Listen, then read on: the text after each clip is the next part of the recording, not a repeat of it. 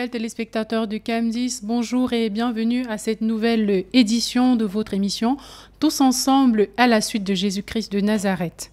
Comme tous les dimanches, nous sommes ravis de vous retrouver ce soir en compagnie de notre consultant, le Père Landry Marie. Je précise que ce dimanche, l'émission portera sur un fait réel, un fait de notre quotidien.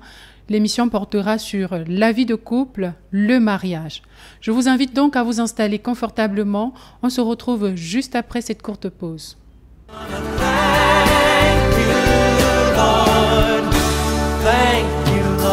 nouveau sur Kiss FM. Mon meilleur ami, mon ami de tout le temps, toujours prêt à me consoler.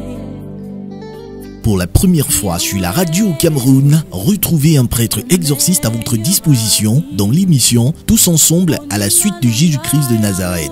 Tous ensemble à la suite de Jésus-Christ est une émission d'évangélisation et d'assistance spirituelle aux personnes attaquées par les forces du mal.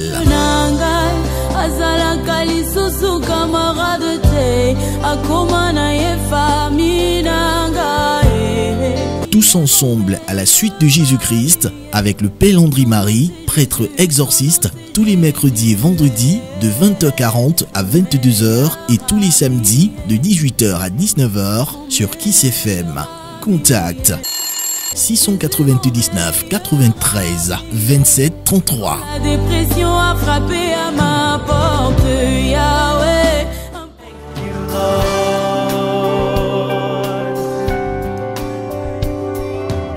Chers amis, comme je viens de vous l'annoncer il y a quelques minutes, sur ce plateau, nous avons la chance, nous avons la grâce d'être en compagnie du Père Landry Marie, meilleur exorciste du Cameroun. Bonsoir mon Père.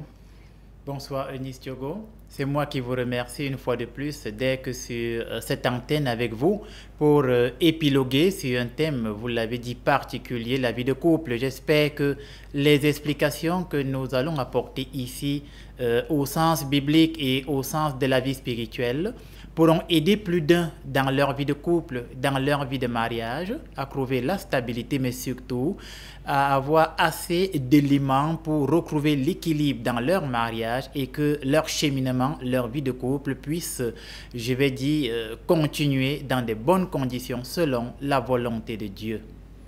Alors merci mon Père d'avoir répondu présent une fois de plus sur ce plateau. Comme je vous l'ai annoncé, l'émission portera ce dimanche sur un thème bien précis qui est notre quotidien, car nous avons remarqué plus de jeunes, on va dire comme ça mon Père, les jeunes ne se marient plus comme à l'époque de nos parents où on se mariait pour toute la vie.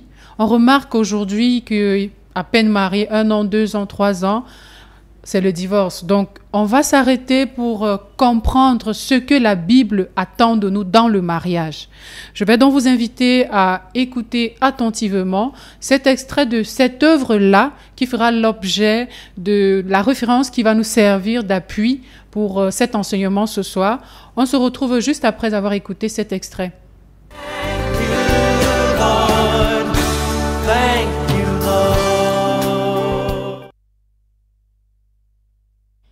L'Évangile tel qu'il m'a été révélé, Maria Valtorta.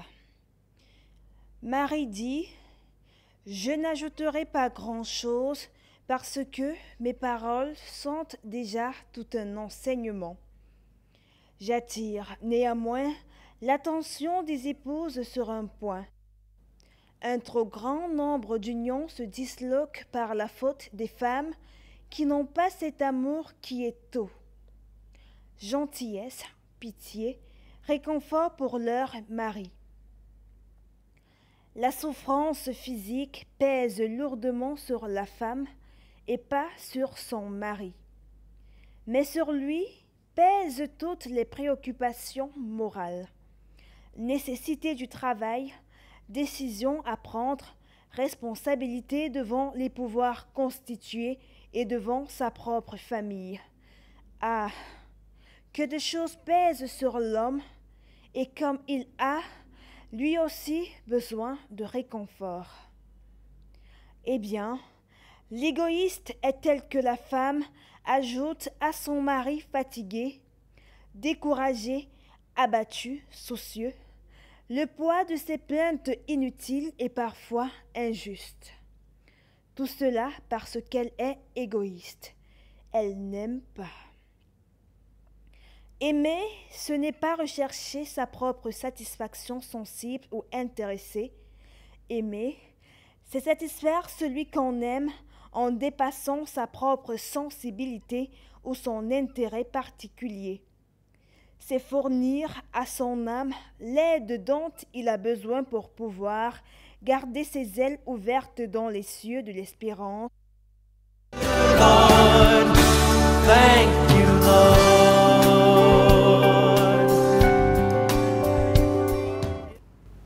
Nous venons donc d'écouter cette œuvre qui est une révélation de la Vierge Marie.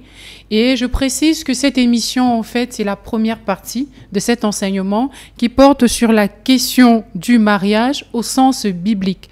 Donc ce dimanche, nous sommes sur la première partie et dimanche prochain, nous allons continuer l'enseignement. Avec vous, mon Père, justement, dites-nous pourquoi le choix de cette œuvre pour cet enseignement?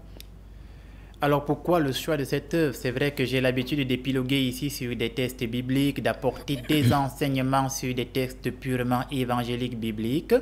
Mais là, j'ai voulu m'attarder sur une révélation de la Vierge Marie. Pourquoi? Parce que dans les années 1940, 45, 44, quand la première ou la deuxième guerre mondiale était d'actualité, la Vierge Marie s'est révélée à une femme qu'on a appelée ou qui s'appelle Maria Valtorta. Et cette Maria Valtorta, tous les 2-3 jours, voyait le Christ en vision qui lui faisait revivre les évangiles et lui demandait de noter exactement ce qu'elle voyait. Donc, elle va réécrire exactement ce qu'elle voyait dans les détails qu'on ne retrouve pas dans les récits évangéliques. Et souvent, la Vierge Marie aussi, la Sainte Mère de Jésus, lui apparaissait et lui demandait également de noter ce qu'elle lui montrait. Et lorsque l'Église s'est penchée sur les révélations que Maria Valtorta a données, l'Église s'est rendue compte que ce qu'elle dit est en conformité avec la vérité évangélique. Il n'y a pas contradiction entre sa révélation et les saintes écritures. Voilà pourquoi l'Église a recommandé aux uns et aux autres de pouvoir étudier les écrits de Maria Valtorta afin que ça les aide. Et là, je me suis intéressé à un extrait de la révélation de Marie sur la question du mariage. Pourquoi? Parce que justement, je voudrais que tous nos téléspectateurs à travers le Cameroun, l'Afrique et le monde entier prennent conscience de ce que Dieu attend dans ce qu'on appelle le mariage et que les uns et les autres réalisent que la question du mariage est quelque chose, je vais dire, de fondamental selon le cœur de Dieu. Et c'est ce que Marie va dire à Maria Valtorta en lui relevant des aspects spécifiques du mariage qui ici sont beaucoup plus liés je vais dire, à la femme. Voilà pourquoi j'ai choisi cela, parce que c'est une révélation directe et je sais que cette révélation peut aider plus d'un à travers le Cameroun et peut-être le monde entier. Justement, mon Père, est-ce que vous pouvez nous présenter l'œuvre pour que les chrétiens puissent savoir de quelle œuvre il s'agit? Je pense que le livre s'appelle « L'Évangile tel qu'il m'a été révélé ». L'auteur, c'est Maria Valtorta, comme vous avez dit. Tout à fait. Moi, j'ai mon échantillon ici. C'est cette œuvre-là, l'Évangile tel qu'il m'a été révélé de Maria Valtorta. Elle a écrit bien d'autres livres, mais ça, c'est un extrait que moi, j'ai pris à l'étranger quand j'étais en déplacement il y a quelques années. Et je conseillerais à toutes les personnes qui peuvent avoir accès aux écrits de Maria Valtorta, pourquoi pas, d'étudier justement ce qu'elle écrit, et les uns et les autres, vous vous rendrez compte que le plan de Dieu sur l'humanité est tellement vaste, mais il a été détourné depuis la faute originelle d'Adam et Ève, de telle sorte que, comme je disais à quelqu'un avec qui je discutais, la manière dont nous vivons l'amour aujourd'hui, en fait, est une forme déformée d'amour, parce que dans le plan divin originel, on va voir que Dieu avait une façon dont il voulait que nous puissions développer, manifester et vivre cet amour. Malheureusement, avec la chute originelle, la façon de vivre l'amour a été tordue, a été enlevée du plan divin, et notre façon de vivre l'amour aujourd'hui est une conséquence du péché originel. Et c'est pourquoi beaucoup de mariages vont de plus en plus mal. Pourquoi? Parce que nous vivons mal l'amour, et comme nous vivons mal l'amour, la conséquence de la chute originelle continue de se déployer dans la plupart des foyers, et finalement, on en arrive, comme vous l'avez dit dans vos propos liminaires, à des séparations, à des dislocations, à des incompréhensions, ce qui conduit à des divorces clairs et nets. D'accord, justement, mon père, après avoir écouté cet extrait, la première question qu'on va vous poser est celle de savoir qu'est-ce que le mariage, selon la Bible? Alors, si on part des écrits ou des l'étude des Saintes Écritures, le mariage, c'est l'union entre un homme et une femme qui vont s'éprendre d'amour, et en s'éprenant d'amour selon la volonté de Dieu, vont se rapprocher et vont implorer la bénédiction de Dieu pour leur vie de couple future. Ça, c'est dans l'extrait du début du livre de la Genèse, je crois que c'est Genèse 1, 26, et Dieu les bénit. Donc, lorsque Adam et Ève se sont rapprochés et qu'ils ont exposé leur plan de vivre ensemble devant Dieu, Dieu les a bénis. Dieu a béni un homme et une femme. Dieu n'a pas béni un homme et un homme, il n'a pas béni une femme et une femme. Donc, le mariage, c'est quelque chose de fondamental qui unit un homme, le masculin, avec une femme, le féminin, dans une vie de couple, je vais dire intense, dans une vie de couple concrète, dans une vie de couple qui se fait à croix d'un commun accord. Comme je le dis souvent ici, deux personnes ne peuvent faire chemin ensemble s'ils ne sont d'un commun accord. Donc c'est ça le mariage, et ce commun accord est, je vais dire, supervisé par la main, la bénédiction de Yahvé Dieu, afin que une fois qu'on est ensemble dans les difficultés, dans le bonheur comme dans le malheur, c'est la bénédiction de Dieu qui nous porte et qui nous aide à surmonter les difficultés auxquelles nous allons faire face. Mon père, vous avez insisté en disant que le mariage c'est entre l'homme et la femme et que les deux soient épris d'amour. Mais ce n'est pas deux personnes qui s'aiment. Est-ce que c'est obligé que ce soit l'homme et la femme? Oui, c'est obligé. Pourquoi? Parce que deux amis peuvent s'aimer. Lorsque vous étiez, ou lorsque nous avons fait le secondaire, nous avons eu des amis garçons, nous avons eu des amis filles. Je peux aimer mon ami garçon. Mais ça, c'est la sympathie.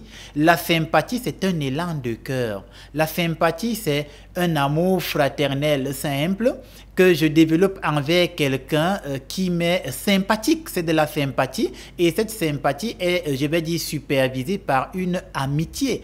Donc, le mariage n'est pas juste le fait de déployer de l'amour envers son semblable. Le mariage, c'est le fait qu'un homme et une femme qui s'aiment décident de vivre ensemble. Ce n'est pas juste une question d'amour, c'est une question, je vais dire, 1, d'amour, 2, d'engagement, 3, d'acceptation de l'autre, 4, sous la protection et la bénédiction de Yahvé Dieu lui-même, dont le mariage est placé sous l'autorité directe de Dieu avant d'être placé sous l'autorité des hommes. C'est pourquoi nous, dans l'Église, nous pensons et nous disons clairement que normalement, quand on va se marier, on devrait se marier d'abord à l'Église, parce que le plus important est d'abord que ce soit accepté par Dieu, que cette union soit protégée par Dieu, qu'elle soit sous la bénédiction de Dieu, avant même que les hommes viennent y donner leur accord. Voilà donc comment on peut apporter une explication à votre question. D'accord. Justement, mon père, dans cet extrait qu'on a écouté, la Vierge Marie insiste sur le fait que beaucoup de couples se disloquent à cause des femmes. Pouvez-vous nous aider à mieux comprendre pourquoi elle le dit?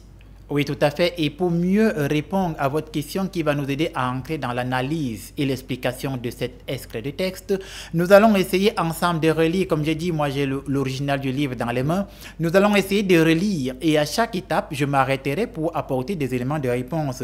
Et là, c'est la Vierge Marie qui parle. Je vais lire un extrait à l'endroit de nos téléspectateurs, ceux qui viennent de nous rejoindre, et vous allez écouter comme moi ce que la Vierge Marie dit directement à Maria Valtorta sur la question du mariage. Qu'est-ce qu'elle dit? Et la Vierge Marie dit: j'attire néanmoins l'attention des épouses. Elle s'adresse bien aux femmes ici, sur un point. Un trop grand nombre d'unions se disloquent par la faute des femmes qui n'ont pas cet amour qui est tout. Gentillesse, pitié, réconfort pour leur mari. La souffrance physique pèse lourdement sur la femme et pas sur son mari. Ça, c'est très important. Et je m'arrête à ce niveau. Donc, la Vierge Marie montre que un grand nombre de couples se disloquent. Pourquoi? À cause du fait que les femmes ne déploient plus assez de gentillesse et de pitié à l'endroit de leur mari ou de leur compagnon de vie. C'est Marie qui parle. Et quand on se retrouve dans une vie de couple, où une femme n'a plus pitié de son mari. Pitié, ça veut dire quoi? Qu'est-ce que Marie veut dire par là quand elle parle de la pitié? Elle n'est pas en train de dire ici qu'il faut prendre l'homme comme un petit chien, comme un petit chaton qu'on nourrit. Non. Ici, quand elle dit un trop grand nombre de couples se disloquent à cause du fait que les femmes n'ont plus pitié de leur mari, cela montre que beaucoup de femmes aujourd'hui mettent d'abord leurs intérêts en avant de mettre l'intérêt du mari devant. Je prends un exemple concret. Vous êtes dans une vie de couple et chaque jour votre mari sort, il s'en va au chantier, il travaille à la sueur de son front. Chaque jour, il se bat, chaque jour, il se bat. Et là-bas au chantier, en fin de semaine, imaginons, on lui donne peut-être 5 000. Peut-être il a 1 500 la journée, je n'en sais rien. Donc, en fin de semaine, on lui donne peut-être un 5 000 francs.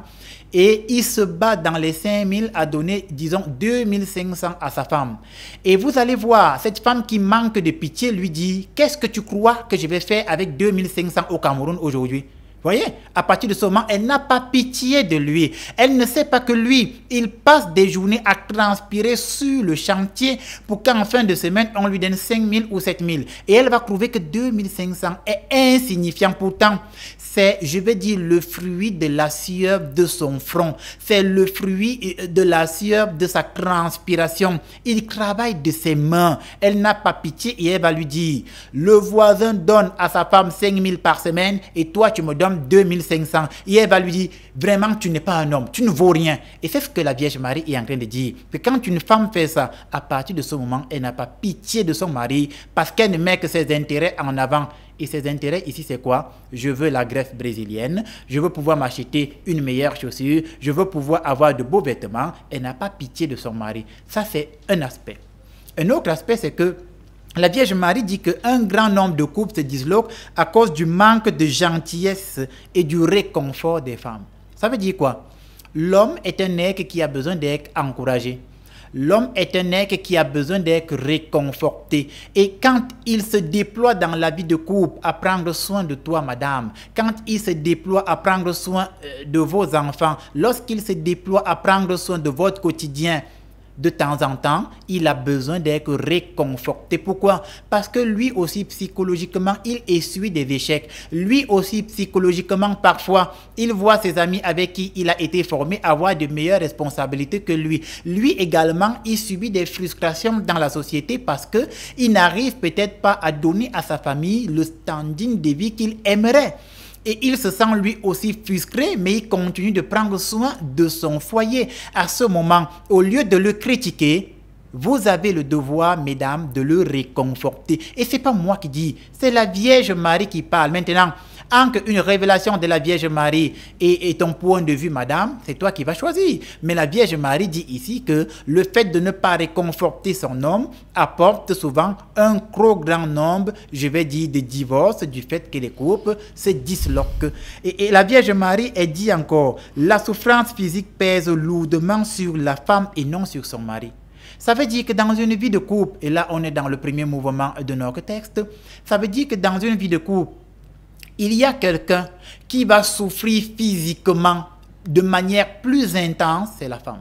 C'est très important que les femmes comprennent que dans la vie de couple, physiquement, je vais souffrir plus que mon mari. C'est Marie qui dit, la Vierge Marie dit, je prends un exemple. Lorsque vous décidez de concevoir et de faire un enfant, c'est la femme qui porte la grossesse pendant 9 mois. Et je pense que porter une grossesse pendant 9 mois, c'est très compliqué. Je pense que voir son corps se déformer, c'est très compliqué. Je pense que psychologiquement, c'est assez fort. Les émotions changent, le ressenti et la sensibilité augmentent. Et même sur la table d'opération, moi j'ai des amis médecins qui rendent des témoignages que pendant un accouchement, une femme peut crépasser subitement, elle peut rapidement mourir. Et le moment d'accouchement est un moment où la femme risque sa vie. Et la douleur physique qu'elle encaisse pendant l'accouchement, la médecine rend témoignage qu'un homme normal ne pourrait pas supporter cela.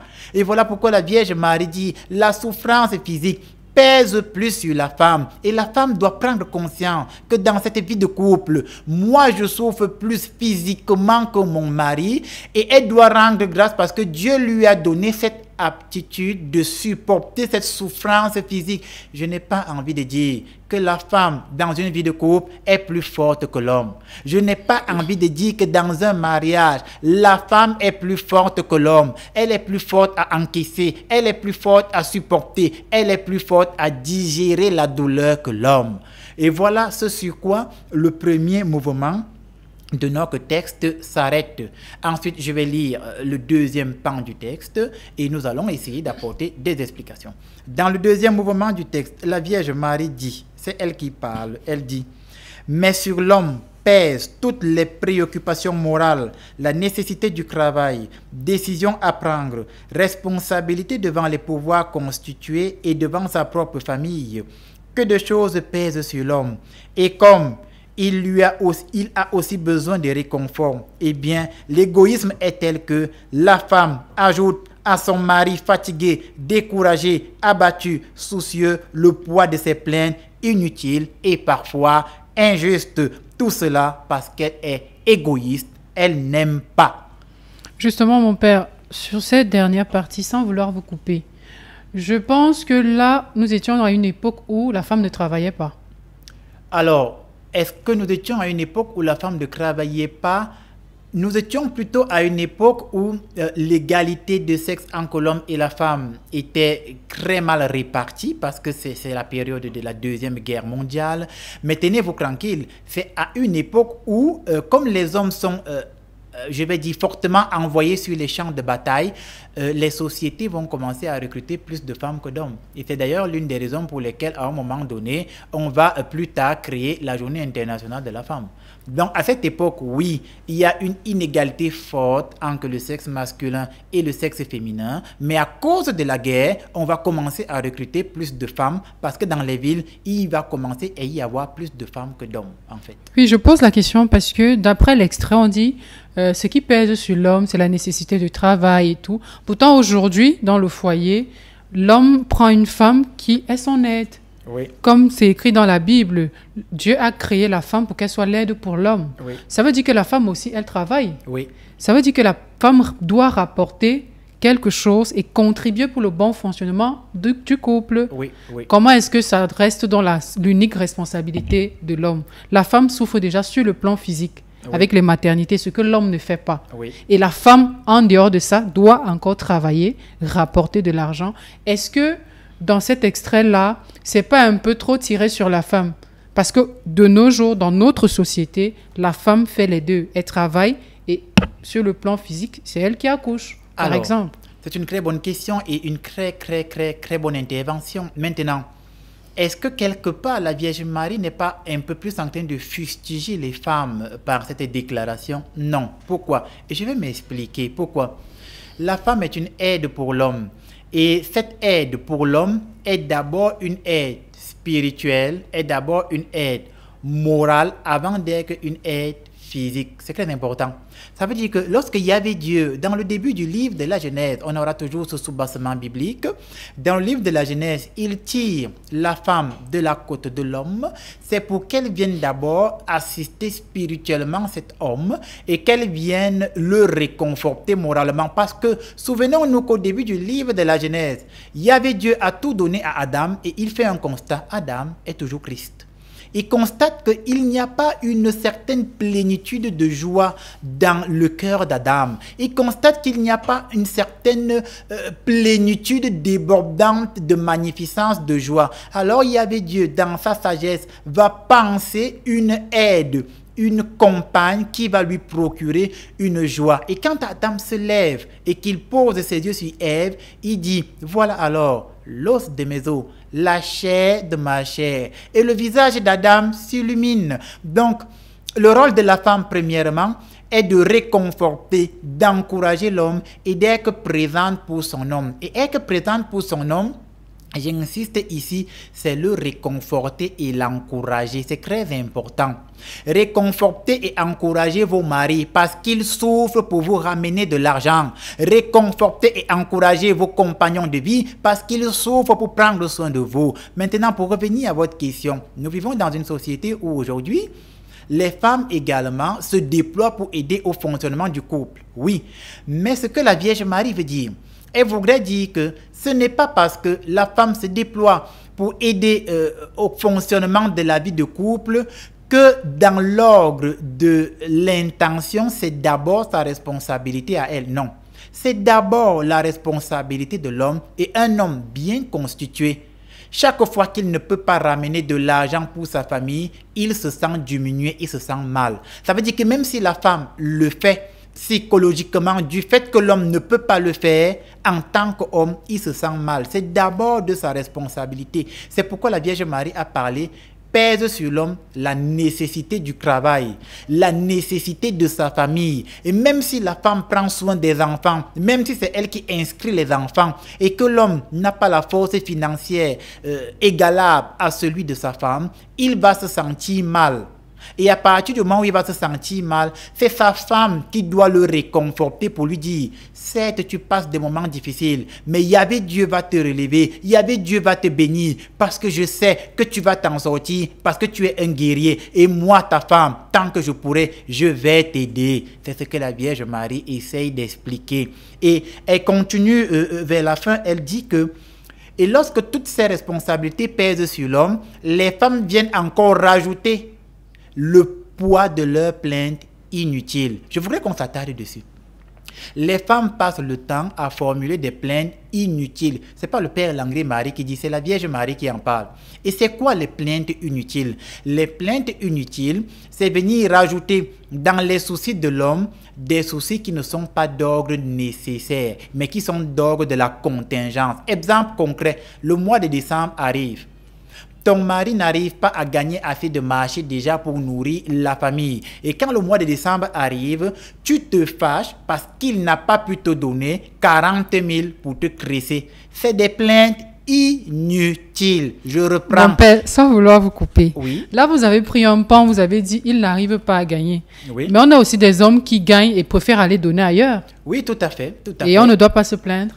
Alors là, vous touchez un point aussi sur lequel nous reviendrons dans les prochaines éditions, c'est-à-dire, nous allons aussi parler de l'homme. Et là, vous avez raison, effectivement, il y a des hommes qui gagnent et qui vont prendre leur argent et donner dehors. Il laisse même la famille, les enfants affamés. Oui. Il ne s'occupe de rien, mais il a une maîtresse dehors. Il s'occupe même des enfants de la maîtresse. Il ne Tout à s'occupe fait. pas de ses propres enfants. Et là, vous avez raison. À partir de ce moment, l'homme fait mal. Que les choses soient claires. Comment le réconforter? Maintenant, est-ce qu'on va réconforter quelqu'un qui fait mal? Non, on va d'abord l'aider à prendre conscience qu'il fait mal. Et maintenant, l'aider à prendre conscience qu'il fait mal va demander à la femme de déployer une méthodologie de tendresse dans la manière de faire la remarque à son mari. Il fait mal, c'est clair, mais il reste le chef de famille. Ça veut dire que je dois lui montrer que tu fais mal, mais en tant que femme, Dieu a mis en la femme une douceur qu'on ne retrouve pas dans l'homme. Le livre de la Genèse dit que pour créer la femme, c'est pas le Père Langlais qui parle, le livre de la Genèse dit que pour créer une femme, Dieu a parcouru l'univers, il a cherché tout ce qu'il y a de doux, de beau, de magnificent, tout ce qu'il y a, je vais dire, de très soyeux. Et c'est dans ça là qu'il a créé la femme. Ça veut dire qu'une femme normale déploie une douceur incommensurable par rapport à l'homme. La femme, c'est d'abord la douceur. Ça veut dire que... Mon père, on est d'accord. Voilà. Mais sauf qu'un homme qui a déjà les yeux dehors, ailleurs, ne pourra même plus voir cette douceur en celle qui est à la maison. Parce que son attention est déjà sur celle qui est dehors. Exactement. Comment est-ce qu'elle sera... Tout ce qu'elle va essayer d'entreprendre sera pris comme... je ne sais pas. Il sera même plus attentif à ce qu'elle fait.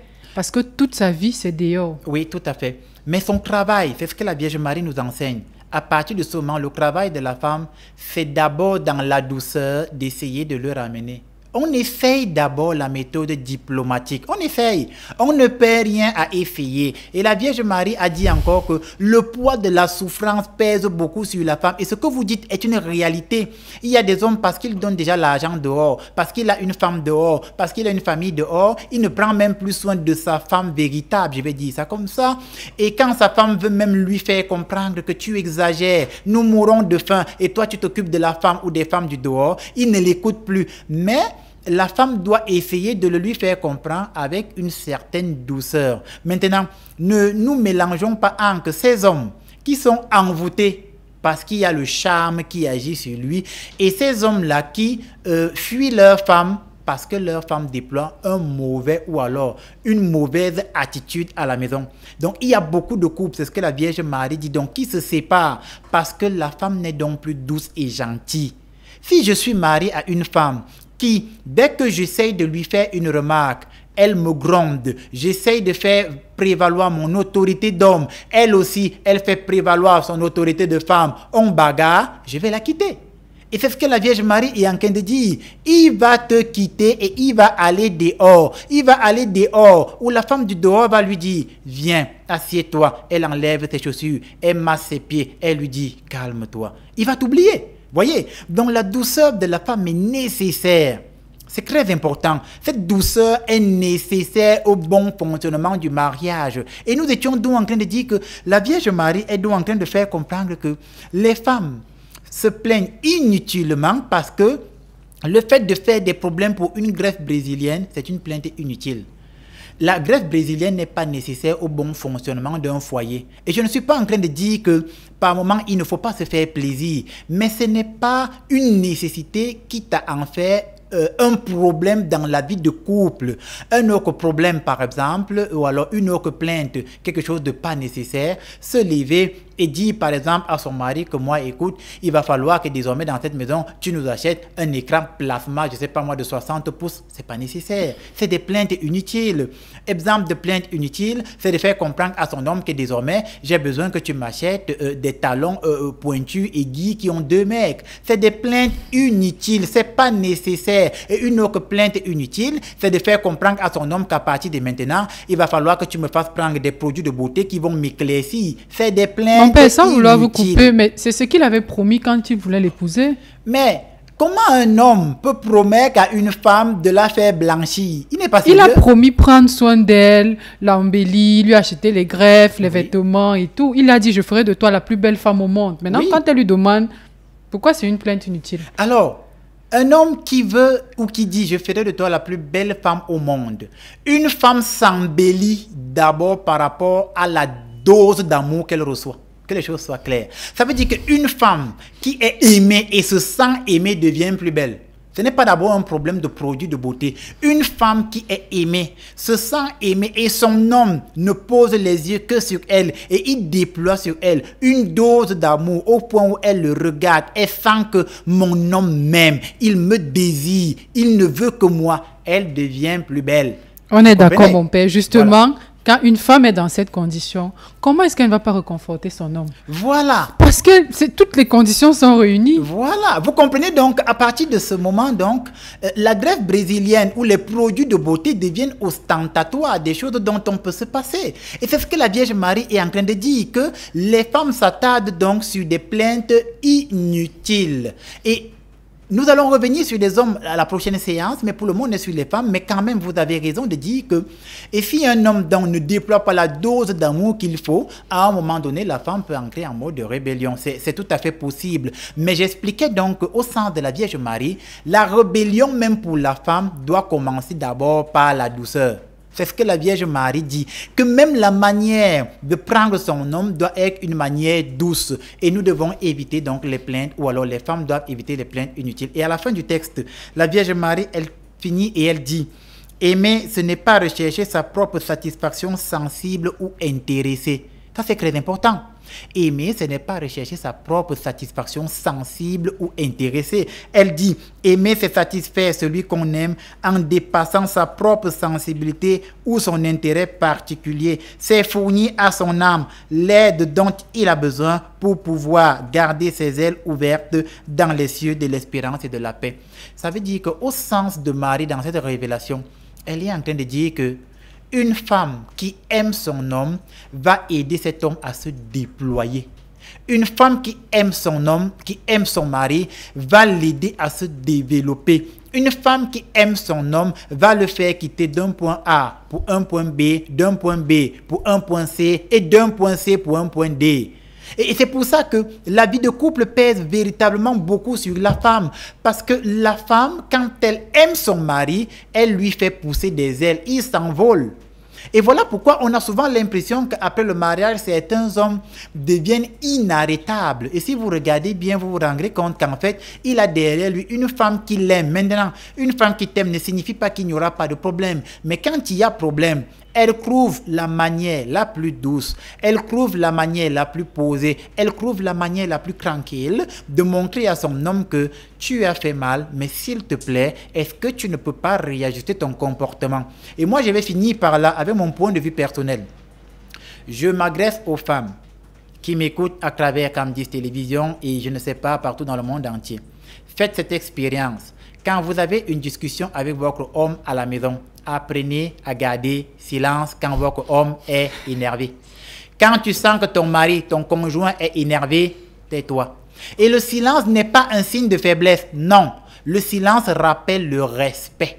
Et quand vous gardez silence, il finit de s'énerver. Vous attendez 1, 2, 3 heures de temps, ou le lendemain, ou le surlendemain. Vous préparez un très bon repas, vous l'invitez, vous lui donnez à manger. Et maintenant, quand il est bien tranquille, il est posé, vous pouvez revenir sur le sujet d'il y a 2 jours pour lui dire, il y a 2 jours, tu t'es énervé, mon chéri, mais ce que j'essayais de te dire, c'est que est-ce que tu peux ralentir sur tel aspect, même si cet homme est l'homme le plus nerveux de la planète, à l'instant, il ne va pas déclencher une bagarre avec vous. Toute la problématique va intervenir à partir du moment où, à cause des plaintes inutiles, de l'égoïsme qu'on parle la Vierge Marie, quand l'homme va donc élever la voix, la femme va aussi élever la voix et va lui dire, tu cries sur la fille de qui? Même mon père ne criait pas sur moi, même mon père ne m'a jamais dit ceci. Et à partir de ce moment, nous ne devenons plus un homme et une femme, nous devenons 2 hommes dans la même maison et à partir du moment où il y a 2 capitaines dans un bateau, il y a forcément un qui va sauter par-dessus bord. Et sauter par-dessus bord là, c'est donc la division, c'est la dislocation. Voilà ce que je pouvais apporter comme élément d'interprétation de cette révélation de la Vierge Marie. Nous prions afin que toutes les femmes qui nous ont écoutés, que la grâce de Dieu vous touche et que vous deveniez des femmes douces, que vous deveniez des femmes qui aiment, que vous deveniez des femmes qui font passer les intérêts de leur mari avant leurs propres intérêts, car c'est ce que la Vierge Marie a révélé à Maria Valtorta. Merci mon père pour ces explications, pour ces conseils. Nous allons faire un petit tour au niveau de la régie et on revient avec quelques-unes des réactions que nous avons reçues.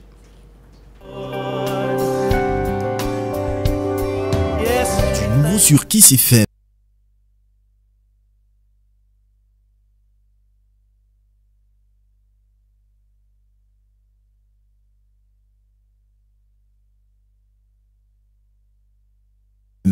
Mon meilleur ami, mon ami de tout le temps, toujours prêt à me consoler. Pour la première fois sur la radio au Cameroun, retrouvez un prêtre exorciste à votre disposition dans l'émission Tous ensemble à la suite de Jésus-Christ de Nazareth. Tous ensemble à la suite de Jésus-Christ est une émission d'évangélisation et d'assistance spirituelle aux personnes attaquées par les forces du mal.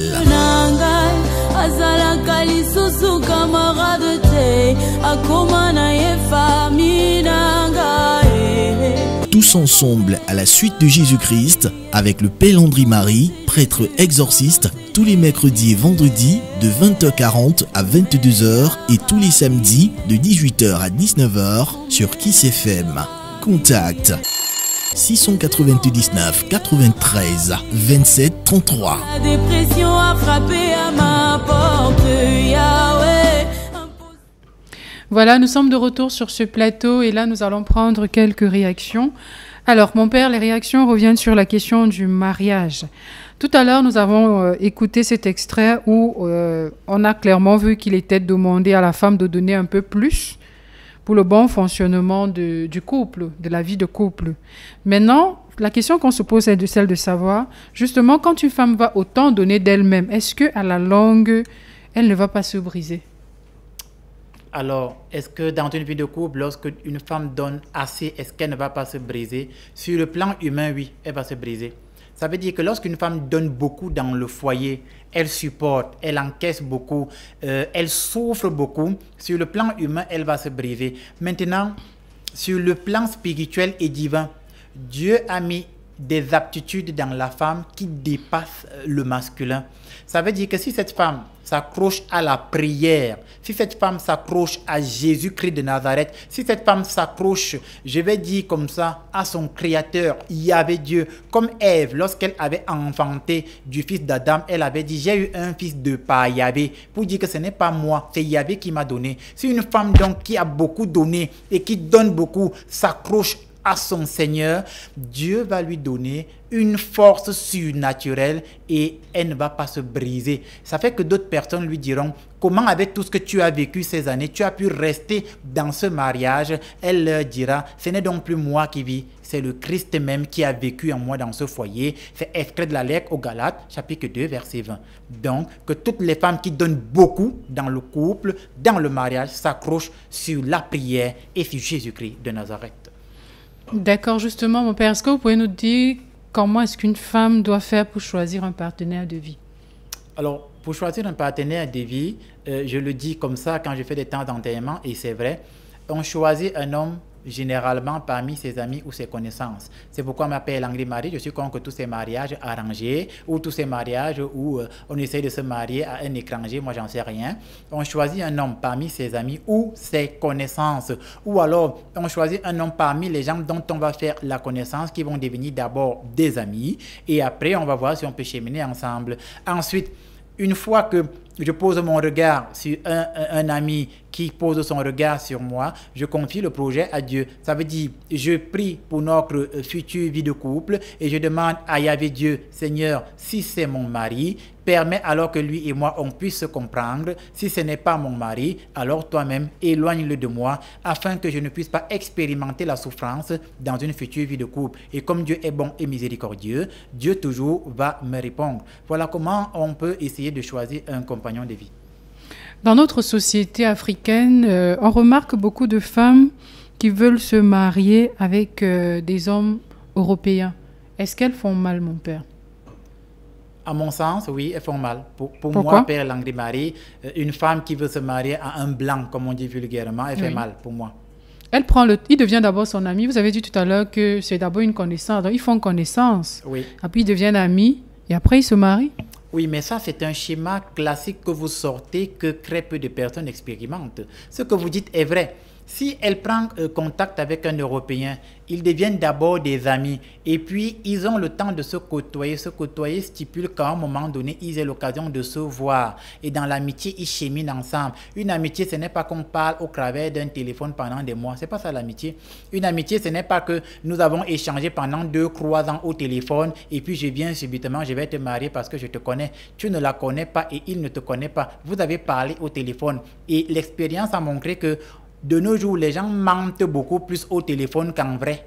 Ça veut dire que de nos jours, quand tu parles avec quelqu'un au téléphone, il est même couché avec une autre femme, il t'écrit, il te dit « je pense à toi, je t'aime ». Alors qu'à cet instant, il est couché avec une autre femme, c'est un menteur. Donc on ne connaît pas quelqu'un par le téléphone. Maintenant, si elle côtoie cet Européen-là et qu'ils cheminent ensemble dans l'amitié vraie, et qu'ils arrivent dans cette amitié à se découvrir des points communs et à voir qu'entre eux, il y a des atomes crochus, et bien au moment venu, ils peuvent se marier. Là encore, c'est acceptable. Mais la plupart de celles qui parle avec des Européens en ligne et subitement il vient, il décide déjà de l'épouser. C'est des faux mariages. Généralement, ça ne dure pas long feu et ça se termine par des divorces, des dislocations, parce que dans la plupart du temps, les Africaines veulent appâter les Européens pour sortir de la misère et aller trouver, je vais dire, le bonheur ailleurs, avoir de l'argent pour envoyer à leur famille ici. Généralement, c'est leur plan. Je le dis, je n'ai pas peur de le dire, c'est Matthieu 14, 27. N'ayez pas peur, je n'ai pas peur de dire la vérité.